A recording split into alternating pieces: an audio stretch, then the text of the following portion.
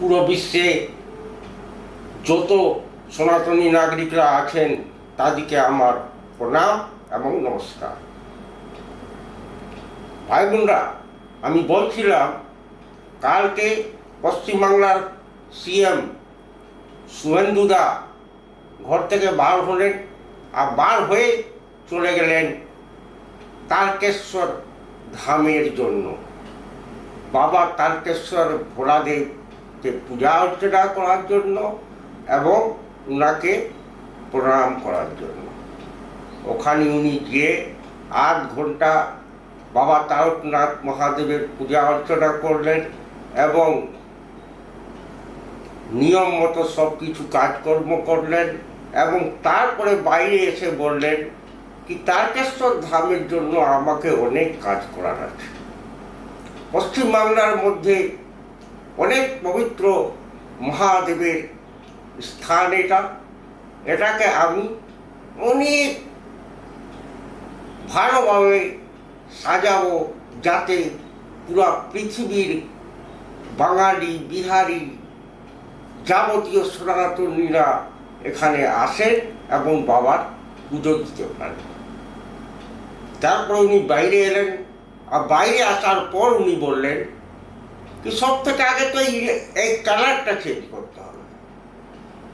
সনাতনী দেবতার ঘরে এই নীল সাদা রং চলে না, ওইখানে চলবে কেবল গেরুয়ার কেশরিয়া। এই জন্য আগে কালারটা চেঞ্জ হবে, তারপরে অনেক কাজ আছে, অল্প সময়টা যাক, তারপরে আমি তারকেশ্বর ধামের জন্য কিছু নীতি বানাবো।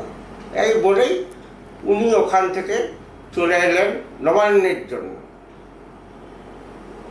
কালকে নবান্নে মিটিং ছিল হাওড়া, 24 পরগনা এবং কলকাতার যত যাবতীয় বিধায়ক, কাউন্সিলর, হেনা জেনা যে ছিল সবাইকে নিয়ে উনি একটা ডেভেলপমেন্ট এর জন্য একটা অ্যাডমিনিস্ট্রেটিভ মিটিং করলেন।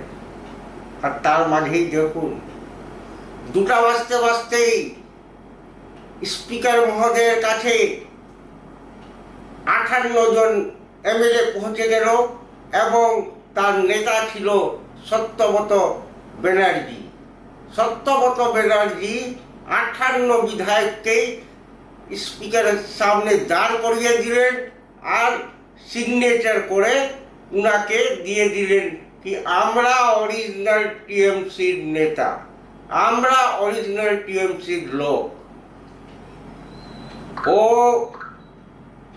যে আছে মমতা ব্যানার্জি আর অভিষেক ব্যানার্জি, ওদিকে আমরা কিছু জানি না। ওরা কি করবে না করবে ওরা বুঝে পড়ুক।